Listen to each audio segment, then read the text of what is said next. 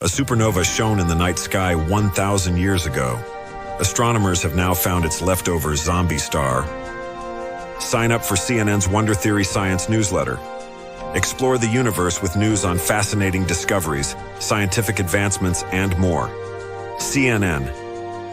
For 6 months in 1181, a dying star left a mark in the night sky. The striking object appeared as bright as Saturn in the vicinity of the constellation Cassiopeia, and historical chronicles from China and Japan recorded it as a guest star.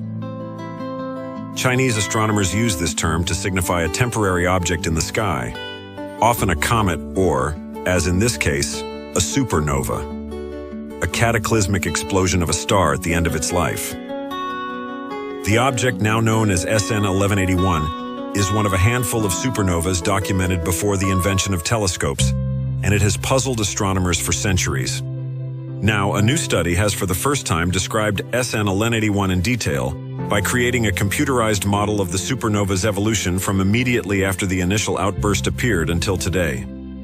The research team compared the model with archival telescope observations of its nebula, the giant cloud of gas and dust visible to this day that is the remnant of the monumental event. The researchers said the analysis strongly suggested that SN 1181 belongs to a rare class of supernovas called type EAX, in which the thermonuclear flare-up could be the result of not one but two white dwarfs that have violently collided yet failed to detonate completely, leaving behind a zombie star. There are 20 or 30 candidates for type IAX supernovas, said Takatoshi Ko, lead author of the study published July 5th in the Astrophysical Journal. But this is the only one that we know of in our own galaxy. Ko is a doctoral student of astronomy at the University of Tokyo. What's more, the study also found that, inexplicably, high-speed stellar wind, detected in past studies, started to blow from the surface of the zombie star as recently as 20 years ago, adding to SN 1181's mysterious aura. Unlocking the mechanism behind this supernova event could help astronomers come to a better understanding of the life and death of stars and how they contribute to planetary formation, experts say. Failed detonation of a supernova. It took astronomers 840 years to solve SN 1181's first great riddle, pinpointing its location in the Milky Way. The dying star was the last pre-telescopic supernova without a confirmed remnant. Until in 2021, Albert Zylstra, a professor of astrophysics at the University of Manchester in England, traced it back to a nebula in the constellation Cassiopeia. Amateur astronomer Dana Patrick discovered the nebula in 2013 when searching the archive of NASA's Wide Field Infrared Survey Explorer, or WISE. But Zylstra, who was not involved with the new study, was the first to make the connection to SN 1181. During the height of COVID, I had a quiet afternoon and was sitting at home, Zylstra said. I matched the supernova to the nebula using records from ancient Chinese catalogs. I think that has been now generally accepted. A lot of people have looked at it and they have agreed that it seems to be correct. This is the remnant of that supernova. The nebula is about 7,000 light-years away from Earth, and at its center there is a fast-spinning Earth-size object called a white dwarf, a dense dead star that has depleted its nuclear fuel. The feature is unusual for a supernova remnant because the explosion should have obliterated the white dwarf. Zylstra and his co-authors wrote a September 2021 study about the discovery. The report suggested that SN 1181 might belong to the elusive type IAX category of supernova due to the presence of this zombie white dwarf. In the more common type Ia supernova, a white dwarf that forms when a sun-like star has exhausted its fuel begins to accumulate material from another nearby star. Many stars exist in pairs, or a binary system unlike the Sun. The white dwarf accumulates material until it collapses under its own gravity, reigniting nuclear fusion with a massive explosion that creates one of the brightest objects in the universe. The rarer type IAX is a scenario in which this explosion for some reason is halted. One possibility is that the type IAX is not so much an explosion, but a merger of two white dwarfs, Zylstra said. The two come together, hitting each other at full speed, and that can generate a lot of energy. That energy causes the sudden brightness of the supernova. That massive collision might explain another curious aspect of the SN 1181 zombie star. It contains no hydrogen or helium, which is highly unusual in space, Zylstra said. About 90% of the universe consists of hydrogen, and the rest is almost exclusively helium. Everything else is pretty rare, he said. You need to look up 10,000 atoms before you find one that isn't hydrogen or helium. But our star, the sun at the center of our solar system, only has primarily those. So clearly, something extreme has happened to the zombie star. Unexplained Stellar Wind, armed with the knowledge of where to look for SN 1181 and the suggestion that it could be a type IAX remnant, Coe and his colleagues got to work to uncover its remaining secrets.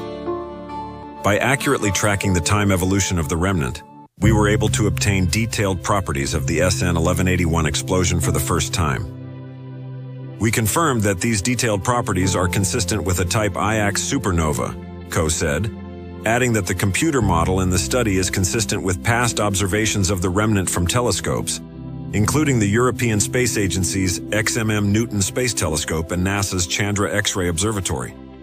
Coe's analysis shows that two distinct shock regions make up the remnant of SN 1181. An outer one formed when material was ejected by the supernova explosion and met interstellar space. An inner one that's more recent is more difficult to explain. The study suggests that this inner shock region might be a sign that the star has started to burn again, centuries after the explosion, leading to a surprising find, Coe added. High-speed stellar wind seems to have started blowing from the surface of the star just 20 to 30 years ago. Typically, this rapid stream of particles astronomers call stellar wind should blow off from the white dwarf as a byproduct of the star's fast spinning right after the supernova explosion. We do not fully understand why the star reignited and the stellar wind started so recently, Coe said. We theorize that the star reignited because SN 1181 was a type IAX supernova, which is an incomplete explosion. As a result, the material ejected by the explosion did not escape completely and remained within the gravitational influence of the central white dwarf. This material could eventually have accreted onto the white dwarf due to its gravity, causing it to reignite. However, Zylstra noted, that theory is in contrast with observations that show the star's brightness has dimmed over the past century. It's not clear how that relates to the wind turning on, he said. I would have expected the star to have brightened rather than faded. Coe and his colleagues are aware of this problem. They said they believe there is some relationship between the wind and the dimming, and are investigating it. The researchers are preparing further observations of SN 1181 with two instruments they haven't used: the Very Large Array of Radio Telescopes in New Mexico and the Subaru Telescope in Hawaii. These studies, Coe said, will help inform scientists' knowledge of all supernovas. Type Ia supernovas have been crucial in discovering the accelerating expansion of the universe, he said.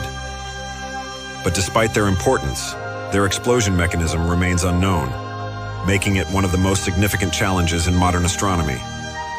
By studying SN 1181 and its incomplete explosion, he added, scientists can gain insights into the mechanism of type Ia supernovas. Opportunity of a lifetime. Because objects such as SN 1181 are important for making so many of the elements that humans are also made of, studying them is a great opportunity, according to Zylstra. These very energetic events can build up elements that are heavier than iron, like rare earths, he said. It's valuable to have an example of such an event from 1,000 years ago where we can still see the ejected materials, and maybe in the future we could see exactly which elements were created in the event. This knowledge would help scientists understand how Earth formed and obtained these elements, Zylstra added. Historically, ancient observations of supernovas have been of supreme importance for modern astrophysics, said Bradley Schaefer, a professor emeritus of astrophysics and astronomy at Louisiana State University, who was not involved with the latest study. Schaefer added that SN 1181 represents one of the few reliable connections from supernova to supernova remnant. The object is important as the only possible case for getting good observations of the elusive type IAX. The realization has been that type IAX supernova constitute roughly 20% of the supernovas in any galaxy, including our own Milky Way, and they might form most of the mysterious dust in the early universe, Schaefer said in an email. In our lifetime, he added, astrophysicists will not get any better observed case for a type IAX event, so researchers should push hard for understanding SN